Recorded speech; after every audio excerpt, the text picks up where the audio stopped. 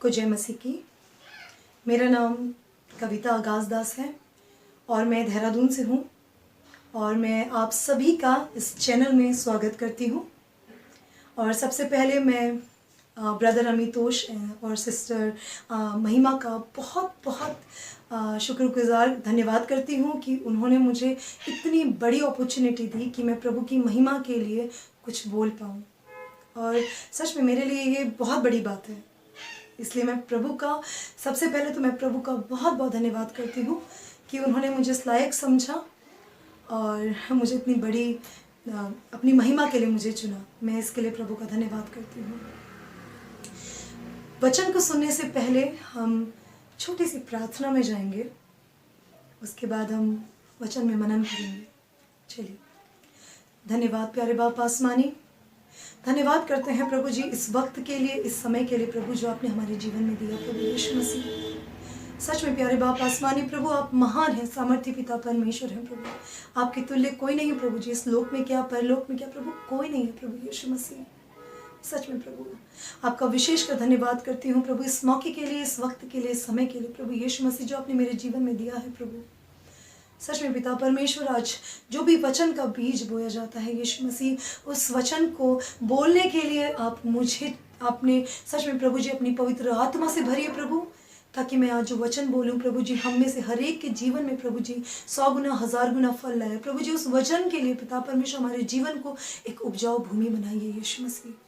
सब कुछ आपके हाथों में सौंप देती हूँ, सारा आदर महिमा जलाल आपको देती हूँ। धन्यवाद के साथ ये प्रार्थना मेरे जीवित पिता परमेश्वर प्रभु यीशु मसीह के सामर्थ्य और जलाली नाम से होकर के मांगती हूँ, सुना कबूल करिए, आमीन। सबसे पहले तो मैं आप लोगों को बता दूं कि मेरा घर थोड़ा रोड के पास में है, तो काफ़ी शोर शराबा है। कभी गाड़ियों का, इवन मेरा बच्चा भी छोटा है तो थोड़े बच्चे की भी आवाज़ें आएंगी, तो इसके लिए मैं बहुत बहुत सॉरी बोलना चाहती हूँ। चलिए आप सभी मेरे साथ निकालिए वचन रोमियो की पत्री और उसका 12 अध्याय उसकी दूसरी आयत आप मेरे साथ निकाल सकते हैं। और इस संसार के सदृश ना बनो, और इस संसार के सदृश ना बनो, परंतु तुम्हारी बुद्धि के नए हो जाने से तुम्हारा चाल चलन भी बदलता जाए, जिससे तुम परमेश्वर की भली और भावती और सिद्ध इच्छा अनुभव से मालूम करते रहो। प्रभु के वचन को पढ़े और सुने जाने पर आशीष हो, आमीन। कितना प्यारा वचन है ना। चलिए वचन में जाने से पहले मैं आपको छोटी सी कहानी सुनाना चाहती हूँ। आप कहोगे क्या यार कहानी सुना रही है, पर कोई नहीं, छोटी सी कहानी है, सुनते हैं। एक लड़का था जिसका नाम राहुल था, जो प्रभु से बहुत प्यार करता था और प्रभु उससे बहुत प्यार करता था। वो हर वक्त साथ रहते थे, हर वक्त जब वो चलता था प्रभु उसके साथ रहता था, उसका हाथ पकड़ के रहता था। जब वो सोता था प्रभु उसके साथ लेटता था, उसको सर को अपने हाथों से मलता था कि मेरा बच्चा सो जाए। जब वो किचन में जाता था तो प्रभु उसके साथ जाता था, जब वो बाथरूम जाता था तब भी प्रभु उसके साथ जाता था, जब वो कॉलेज जाता था तो प्रभु उसके साथ जाता था, वो पढ़ाई करता था प्रभु उसके साथ जाता था, उसके साथ एक एक पल वो रहता था। उसे कभी प्रभु ने अकेला नहीं छोड़ा। उसने किसी भी बात के लिए प्रभु ने उस बच्चे को, उस राहुल को अकेला नहीं छोड़ा। वो एक जवान लड़का था, उसको कभी अकेला नहीं छोड़ा। एक बार की बात है कि उसके फ्रेंड्स आए और घर के बाहर से आवाज़ लगाने लगे, राहुल राहुल चल यार, जल्दी चल जल्दी चल, पार्टी का टाइम हो गया है, देर हो गई है यार, जल्दी कर, सब हमारा वेट कर रहे हैं, चलो चलो चलो जल्दी चलो। वो कहता है अच्छा ठीक है, मैं 5 मिनट में आ रहा हूँ। वो जल्दी से जाता है, अपने घर को ताला लगाता है और जल्दी से आता है। और जब पीछे मुड़ के देखता है तो प्रभु उसके साथ होता है। तो कहता है प्रभु मेरी बात सुनो, आप ना यहाँ मेरे साथ नहीं आ सकते, मैं पार्टी करने जा रहा हूँ, आप पार्टी में कैसे आओगे, वो जगह आपके लायक नहीं है, आप नहीं जा सकते हो मेरे साथ, मना करो। तो प्रभु उसकी बात नहीं सुनता है। प्रभु कहता है नहीं मैं तो साथ में जाऊँगा। तो कहता है प्लीज़ प्रभु मान जाओ, जब प्रभु नहीं मानता है तो प्रभु का हाथ पकड़ता है और प्रभु को खींच के वो अपने घर में ले जाता है, कमरे में, और ताला लगा के बाहर आ जाता है। और जब बाहर आता है तो देखता है प्रभु उसके साथ होता है। उसे फिर वो ऐसी प्रोसेस, जो हाथ पकड़ के खींच के कमरे में ले जाने वाली प्रोसेस, वो 3-4 बार दोहराता है और बाद में वो चिढ़ जाता है। कहता है प्रभु आपको समझ में नहीं आती बात, आपको समझ में नहीं आता, जहां मैं जा रहा हूं ना वो आप नहीं आ सकते हो, समझा करो मेरी बात को, आप समझते क्यों नहीं हो? ठीक है, अब मुझे पता आप कैसे समझोगे। अपने कमरे में जाता है, अपनी अलमारी से हैमर निकालता है, हैमर, हथौड़ा और कील निकालता है, और प्रभु यीशु मसीह को के हाथों को दीवार में ठोक देता है। प्रभु यीशु मसीह को दीवार में ठोक देता है। कहता है आप यहां से आप नहीं जा पाओगे, अब मैं जहां जाऊंगा मैं चला जाऊंगा, अब आप मेरे पीछे नहीं आओगे। कुछ समझे आप इस कहानी से? जी हाँ, सभी समझ रहे होंगे ना। बाहर निकल के चला गया, अपने फ्रेंड्स के साथ हो, कोई प्रॉब्लम नहीं, पीछे मुड़ के देखता है प्रभु नहीं होता उसके साथ। कहीं ना कहीं हम लोग ऐसा ही जीवन तो बिता रहे हैं, है ना? कहीं ना कहीं हम यही जीवन तो बिता रहे हैं। जब हमारी मर्जी होती है, जब हमें अच्छा लगती है, जो चीज़ें हमें पसंद आती हैं, हम उस चीज़ के लिए तो प्रभु कहते हैं प्रभु हमारे साथ रहना ना प्लीज़, मैं ना आज लंबी ड्राइव के लिए जा रहा हूँ, प्लीज़ ना प्रभु मेरे साथ रहना, मुझे बचा लेना प्रभु, प्रभु आज मेरा एग्ज़ाम है, प्लीज़ मुझे बचा लेना प्रभु, आज मेरे बच्चा है, मेरे बच्चे का शादी है, प्लीज़ बचा लेना। हर चीज़ों में हम अपने मतलब के लिए प्रभु को हर जगह बुलाते हैं, है ना? कितनी अजीब सी बात है। और जब मतलब खत्म हो जाता है, कील उठाते हैं, हथौड़ा उठाते हैं और प्रभु को दीवार में ठोक देते हैं। ऐसे ही तो करते हैं हम लोग, है ना?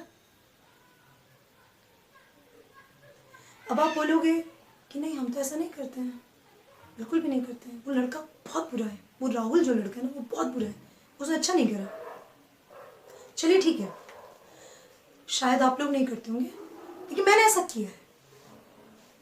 हम लोग क्या करते हैं, सवेरे उठे, क्योंकि हमारे मम्मी पापा ने हमें सिखा रखा है बेटा सवेरे उठो, अपनी पर्सनल प्रेयर प्रभु के सामने ज़रूर प्रार्थना करो।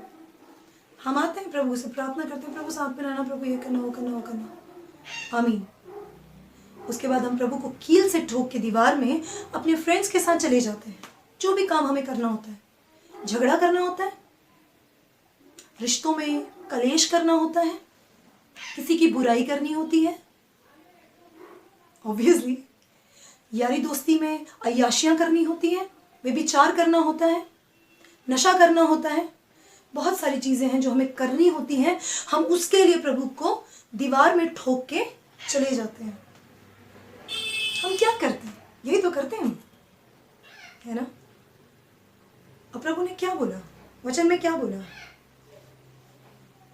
इस संसार के सदृश ना बनो, इस संसार के सदृश ना बनो। ये बात हमें अच्छे से पता है कि प्रभु उस जगह पे, उस स्थान पे हमारे साथ नहीं जाएगा, क्योंकि वो प्रभु के लिए, वो प्रभु को पसंद नहीं है वो जगह, प्रभु को वो काम पसंद नहीं है, इसीलिए हम उसे कील में ठोकना पसंद करते हैं। लेकिन अपने अंदर से हमें संसार से हम अपने आप को अलग करना पसंद नहीं करते हैं, है ना? संसार से हम अपने आप को अलग करना पसंद नहीं करते हैं। हम बेटर फील करते हैं कि हम प्रभु को कील में ठोक दें। क्या होता है परिवार में, फैमिलीज में क्या होता है? सब अपने अपने काम से आते हैं शाम को। एक फैमिली की बात बताती हूँ, दिस इज ऑल्सो स्टोरी। प्रार्थना के लिए बैठे फैमिली में, जब प्रार्थना करने के लिए बैठे तो क्या हुआ, सडनली उन्हें याद आया, अरे प्रभु तो कील में ठुके हुए हैं, ले आओ ले आओ ले आओ, कील से निकाल के ले आओ प्रभु को। अरे उन्हीं के लिए तो प्रार्थना कर रहे हैं, उन्हीं से तो कर रहे हैं, उन्हें वहाँ क्यों दूर रखा हुआ, ले आओ ले आओ। जब प्रभु पास में बैठ गए, जब दुआ करी, आमीन, ले जाओ ले जाओ ले जाओ, टंगा दो वहीं, टंगा दो वहीं, टंगा दो। ऐसे तो करते हैं। क्यों टंगाते हैं पता है आपको? क्योंकि हमें उसके बाद आपसी झगड़े करने होते हैं, पति पत्नी के रिश्ते खराब होने होते हैं, बच्चों को चिल्लाना होता है, बच्चों ने माँ बाप को कुछ बोलना होता है, मोबाइल में गलत गलत चीजें देखनी होती हैं और गालियां देनी होती हैं, किसी की बुराइयां करनी होती हैं, बहुत सारी चीजें हैं। ऑब्वियसली कील में तो ठोकना पड़ेगा ना। हाँ, धीरे धीरे धीरे होता रहता है, होता रहता है, होता रहता है, और एक समय ऐसा आता है कि हम प्रभु को कील से निकालना भी पसंद नहीं करते। हम कहते हैं अरे यार उसी कमरे में चले जाते हैं ना दुआ के लिए, क्यों बार बार निकाल रहे हो कील को, छोड़ो वहीं चलते हैं कमरे में, वहीं बैठते हैं। फिर हम उस कमरे को ना एक पवित्र स्थान बना देते हैं, दुआ का घर। उस कमरे को हम दुआ का घर बना देते हैं, जहां पे हम सिर्फ चप्पल बाहर उतार के दुआ करने के अंदर जाते हैं। उस कमरे में कोई नापाक चीज नहीं होगी, कोई गलत काम नहीं हो सकते। हाँ, कमरे से बाहर निकलते जो करना है करो, संसार के सदृश बनना है बनो, जो करना है करो, उस कमरे में नहीं हो सकता। मॉरल ऑफ द स्टोरी ये है कि हम दुनिया को दिखाने के लिए अपने आप को क्रिश्चियंस बोलते हैं, वी आर क्रिश्चियंस। अरे खानदानी क्रिश्चियन है, खानदानी बाप दादों से क्रिश्चियन है हम तो, हमें मत सिखाओ, हम तो बिल्कुल पाप नहीं करते, है ना। हम दुनिया को दिखाने के लिए हम बहुत धर्मी वाले काम करते हैं। हम कहते हैं कि नहीं हम बहुत धर्मी हैं, अरे हम बहुत स्पिरिचुअल हैं, लेकिन हम कहाँ स्पिरिचुअल हैं। हमने तो प्रभु को कील पे अभी भी ठोका हुआ है, अभी भी ठोका हुआ है। पता है उस कील से प्रभु को कौन निकालता है? उस कील से प्रभु को वो निकालता है जब वो राहुल बाहर अपने दोस्तों के साथ जा रहा था ना, सडनली उसे अपने दोस्तों के साथ जब वो पार्टी में जाता है, वहां पहुंचता है, उसके बाद जब उसके दोस्त उससे कहते हैं अरे यार एक दारू का पैक एक तो पी ले यार, अरे एक से कुछ नहीं होता यार, कोई कुछ नहीं बोलेगा, पी ले पी ले पी ले, तेरे मम्मी पापा भी घर में नहीं है, पी ले ना, कुछ नहीं होता। अरे एक सिगरेट का एक कश तो लगा ले यार, कुछ नहीं होता, मान मेरी बात, कुछ नहीं होता, पी ले। तो जब वो हाथ में पकड़ता है उसको याद आता है कि नहीं मेरा पिता जो एक एक पल मेरे साथ चलता है, जिसे मैं कमरे में कील में ठोक के आ गया हूँ, जब मैं घर जाऊंगा तो वो मुझे देखेगा तो वो रोएगा मुझे देख के, मैं ये काम नहीं कर सकता। तो वो उसको वहीं रख के कहता है यार मुझे ना यहाँ मन नहीं लग रहा है, मैं घर जाना चाहता हूँ, मैं अपने पिता को ना कमरे में बंद करके आ गया हूँ, मुझसे बहुत बड़ी गलती हो गई, पता नहीं मेरा पिता मुझे माफ करेगा कि नहीं करेगा, लेकिन उसे विश्वास है कि उसका पिता उसे माफ करेगा। कोई बात नहीं, उसने कील में ठोक दिया, लेकिन मेरा पिता मुझे माफ करेगा। वो अपने दोस्तों को वहीं छोड़ के उस रूम में वापस जाता है, अपने घर पे वापस जाता है, प्रभु को कीलों से बाहर निकालता है, मलहम देता है, दवाई लगाता है और बहुत सारा प्यार करता है, माफी मांगता है, घुटनों में आके रोता है, गिड़गिड़ाता है कि प्रभु मुझे माफ कर दे, मुझे माफ कर दे प्रभु, मैंने तेरे हाथों में कील ठोकी, मैं तो पाप के लिए जा रहा था, लेकिन तू कील ठोकना, तेरे को तू एक आवाज भी नहीं निकाली, तूने कील अपने हाथों में ठोकने दी। तू मुझसे कितना प्यार करता है, तू क्यों कुछ नहीं बोला जब मैं तेरे हाथों में कील ठोक रहा था, तू क्यों कुछ नहीं बोला, है ना। लेकिन पता है प्रभु क्या कहता है, क्योंकि तू मेरा बच्चा है, क्योंकि तू मेरा बच्चा है, तेरा मन बदला है, इसीलिए तेरा चाल चलन अपने आप बदल गया। क्या वचन में लिखा था कि तेरे मन के बदल जाने से तेरा चाल चलन बदल जाएगा। लेकिन वो जो परिवार था ना, जो एक घर में एक कमरा सा बना दिया था, वो कुछ नहीं था, उनका सिर्फ एक दिखावटी रूप था। वो बाहर से बदलने की कोशिश कर रहे थे, लेकिन अंदर से उनका मन नहीं बदला था। बाहर से तो दिखा रहे थे कि हाँ बहुत धर्मी है, अच्छे कपड़े, सादे कपड़े, बिल्कुल नहीं, देखो तेज लिपस्टिक नहीं लगानी है, जीन्स नहीं पहननी है, गलत कपड़े हैं, गलत बात नहीं करनी है, देखो प्रभु के लिए हम बहुत अच्छा सीधा सीधा धीरे बोला करो, अच्छे से बोला करो। लेकिन मन वही का वही है ना। किसी के पड़ोस में, किसी के घर में क्या हो रहा है, वहां कान है, पति पत्नी गाली गलौज चल रहा है, सब कुछ है। असली मन का बदलना इसे कहते हैं, जो राहुल ने किया, जो उस लड़के ने किया, उसे मन का बदलना कहते हैं, है ना। तो प्रभु का वचन कितना प्यारा और कितना सादगी से कहा जाता है। क्या बोलता है प्रभु का वचन, इस संसार के सदृश ना बनो, इस संसार के सदृश ना बनो। वो हमारे पास आकर के बार बार नहीं बोलेगा, हमारे पास प्रभु ने वचन दिया है इस वचन को मनन करना है। प्रभु की एक एक आज्ञाएं इसमें लिखी है। प्रभु का वचन बताता है जो संसार से जन्मा है वो सांसारिक है, और जो आत्मा से जन्मा है वो प्रभु का बेटा है ना, यीशु मसीह का बेटा है। हम लोग संसार में जीवन बिताना ज्यादा पसंद करते हैं। हम सोचते हैं कि नहीं, सांसारिक जीवन ज्यादा अच्छा है, वाह यार ये भी ले लो, वो भी कर लो, वो भी कर लो। लेकिन एक और वचन है प्रभु का, जो प्रभु कहता है कि या तो तू ठंडा बन जा या तो तू बिल्कुल गर्म बन जा। ये बीच का गुनगुना ना बिल्कुल नहीं, यानी कि कॉम्प्रोमाइज। या तो तू बिल्कुल ही संसार में चले जा या तो तू बिल्कुल मुझ में आ जा। बीच का जो ये कॉम्प्रोमाइज है ना, कि सवेरे शाम की दुआ प्रार्थना, उसके बाद गाली गलौज दुनियादारी सब एक साथ, ये छोड़ दे। ये मुझे उल्टी आ रही है, ये मैं उगलने को तैयार हूँ, ये मेरे को निगलने को हो रहा है, मैं नहीं सहन कर सकता, मुझे मैं उगल दूंगा, है ना। वो तो राहुल ने पछतावा किया और उसने प्रभु को कील से निकाल करके अपने हृदय में बैठाया, अपने पास रखा, तो उसका जीवन परिवर्तित हुआ, है ना। तो प्रभु का वचन हमें क्या बोलता है, ये हम मत्ती 12 उसकी 85वीं आयत में हम देखेंगे। प्रभु कहता है जो मेरे स्वर्गीय पिता की इच्छा पे चलता है, जो मेरे स्वर्गीय पिता की इच्छा पे चलता है, वही मेरा भाई, मेरी माता और मेरी बहन है। यानी कि प्रभु सिर्फ उन्हीं को अपने रिश्तेदार, अपना प्यार, अपनी मोहब्बत मानता है जो उसके पिता की इच्छा पे चलता है। अब संसारिक जीवन प्रभु की इच्छा तो नहीं है ना। संसारिक जीवन प्रभु की इच्छा नहीं है। वो हमसे चाहता है कि हम अपने जीवन को उसको दें। वो हमसे चाहता है कि हम पछतावा करें, प्रभु से माफ़ी मांगे, अपने मन को अंदर हृदय से सांसारिक ना बन के अपने मन को बदलें, तो हमारा चाल चलन, ऊपरी दिखावा तो अपने आप बदल जाएगा। वो तो मामूली सी बात है, बहुत छोटी सी बात है। मन का बदलना ज़्यादा ज़रूरी है, पछतावा ज़्यादा ज़रूरी है। प्रभु पछतावे से प्यार करता है, तभी हम छुटकारा पा सकते हैं अपने पापों से।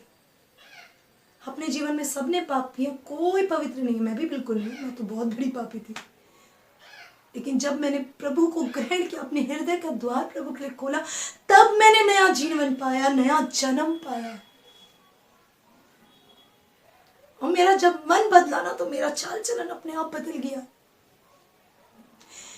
ये सिर्फ मेरे साथ ही नहीं है, हम में से हर एक के साथ है। प्रभु बिल्कुल नहीं चाहता कि हम संसार के सदृश बने। प्रभु बिल्कुल भी नहीं चाहता है कि हम उसके इस दुनिया के अनुसार चले। प्रभु चाहता है कि हम प्रभु के अनुसार चले। प्रभु चाहता है कि हमारा मन बदले, ताकि ऊपरी रूप, दिखावा, चाल चलन भी बदल जाए, ताकि हम प्रभु जो हमसे चाहता है, हमारी मदद करना चाहता है, हमें प्यार देना चाहता है, हमको कुछ बताना चाहता है, वो हम समझें, उसे ग्रहण करें।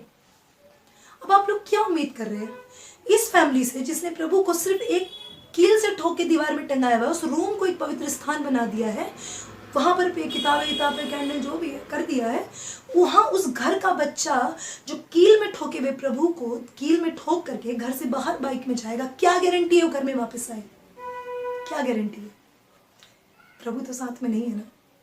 और वो जो राहुल, अगर वो बाइक में गया तो आप सोचिए, प्रभु तो उसके साथ है। प्रभु तो उसको हाथ पकड़ के चला रहा है, उसकी बाइक को हाथ पकड़ के चला रहा है। तो ऑब्वियसली वो बिल्कुल प्रभु के नाम से वो घर में वापस आएगा। लेकिन हाँ, जो दूसरी फैमिली है उसकी गारंटी नहीं है, और हमें उम्मीद भी नहीं करनी है। अगर हमने ऐसे ही कुछ समय के लिए प्रभु को निकालना है और फिर कील में ठोकना है, तो हमें भी उम्मीद करने का हक नहीं है कि हम प्रभु से उम्मीद करें कि प्रभु मेरा बच्चा भी घर से बाहर गया, उसको बचा लेना। हमें उम्मीद नहीं करनी चाहिए। चलिए, मैं आपके सामने एक क्वेश्चन पूछना चाहती हूँ, एक छोड़ के जाना चाहती हूँ क्वेश्चन। हम कैसे हैं? किसकी इच्छा पे चल रहे हैं? हम कैसे हैं और किसकी इच्छा पे चल रहे हैं? कैसे हैं मतलब 3 कैटेगरी आपको दे रही हूँ ऑप्शन: ठंडे, गरम, गुनगुने। संसार, प्रभु, संसार प्रभु दोनों। और दूसरा, हम किसके इच्छा पे चल रहे हैं? किसकी इच्छा पे चल रहे हैं? सांसारिक इच्छा पे चल रहे हैं या स्वर्गीय पिता की इच्छा पे चल रहे हैं? समझ जाइए, सांसारिक इच्छा पे चल रहे हैं तो प्रभु साफ कहता है, मैं नहीं जानता तुम्हें भाई, कौन हो तुम। हाँ, लेकिन प्रभु की इच्छा पे चल रहे हैं तो प्रभु कहता है, जब हम पिता परमेश्वर की इच्छा पे चलते हैं तो प्रभु कहता है कि मेरे भाई, मेरी बहन, मेरी माता है, मेरी बेटी है, मेरा बेटा है। ये सवाल आप सभी के लिए है। इस बात में ज़रूर गौर फरमाइएगा कि हम कौन सी इच्छा पे चल रहे हैं और हम किस कैटेगरी में आते हैं। आप सबको जय मसीह की।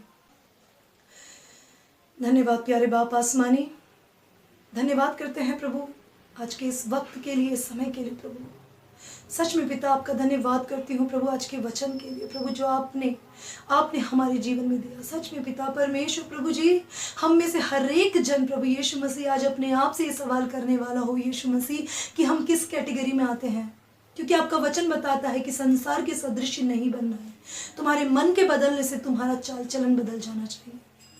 सच में पिता परमेश्वर प्रभु यीशु मसीह, हम संसार के सदृश ना बने परंतु पिता परमेश्वर आपकी आज्ञा के अनुसार चले। हो यीशु मसीह, प्लीज आप सहायता करिए प्रभु। हम में से हर एक जन जब आज अपने आप से ये सवाल करे तो आप हम में से हर एक जन से प्रभु अपनी पवित्र आत्मा से भर के हमें ये जवाब दीजिए पिता परमेश्वर प्रभु जी, हम किस कैटेगरी में आते हैं यीशु मसीह। हो हालेलुया प्रभु, मैं एक एक संसार के एक क्षण को आपके सम्मुख रखती हूँ यीशु मसीह। हाँ पिता परमेश्वर, कैसी कठिन परिस्थितियां चल रही हैं प्रभु जी, कैसी कठिन परिस्थितियां चल रही हैं प्रभु। यदि आप हमारे साथ हैं एक एक पल, एक एक क्षण प्रभु यीशु मसीह, यदि आपको हमने कील से नहीं ठोका है दीवार में प्रभु, तो हमारा विश्वास है यीशु मसीह कि हम स्वस्थ हैं और संसार में रहेंगे प्रभु यीशु मसीह, स्वस्थ और तंदुरुस्त रहेंगे यीशु मसीह आपके नाम से। हाँ प्रभु, लेकिन हमने यदि आपको क्रूस पे चढ़ाया हुआ है प्रभु, तो आपसे प्रार्थना करते हैं प्रभु यीशु मसीह कि आज इसी वक्त प्रभु हम आपको उस क्रूस से बाहर निकालने वाले हो यीशु मसीह, और अपने हृदय में आपको बैठाने वाले हो यीशु मसीह, ताकि प्यारे बाप आसमानी प्रभु जी आप हमारे हृदय में वास करें प्रभु। एक एक पल आप हमारे साथ रहे प्रभु यीशु मसीह, और हमें संसार के सदृश कभी ना बने प्रभु। हम बिल्कुल आप में जोशीले और गर्म हो जाएं यीशु मसीह, और आपके वचन के अनुसार चले, आपकी राह पे चले प्रभु, और आपके भाई बहन, आपके बेटी बेटा कहलाने का हक हमें मिल सके यीशु मसीह। हालेलुया प्रभु, सब कुछ आपके हाथों में सौंप देती हूँ यीशु मसीह, सब कुछ। सारे लोगों को, जितने लोग आज पिता परमेश्वर इस चैनल से जुड़े हैं प्रभु यीशु मसीह, जो भी प्रार्थना आज का वचन सुना है, जो भी सुन रहे हैं प्रभु यीशु मसीह, उन सबको आशीषित करिए प्रभु यीशु मसीह, अभिषिक्त करिए प्रभु, उनकी हर एक परेशानियों को दूर कीजिए, उनके जीवन से बोलिए और बातचीत करिए यीशु मसीह।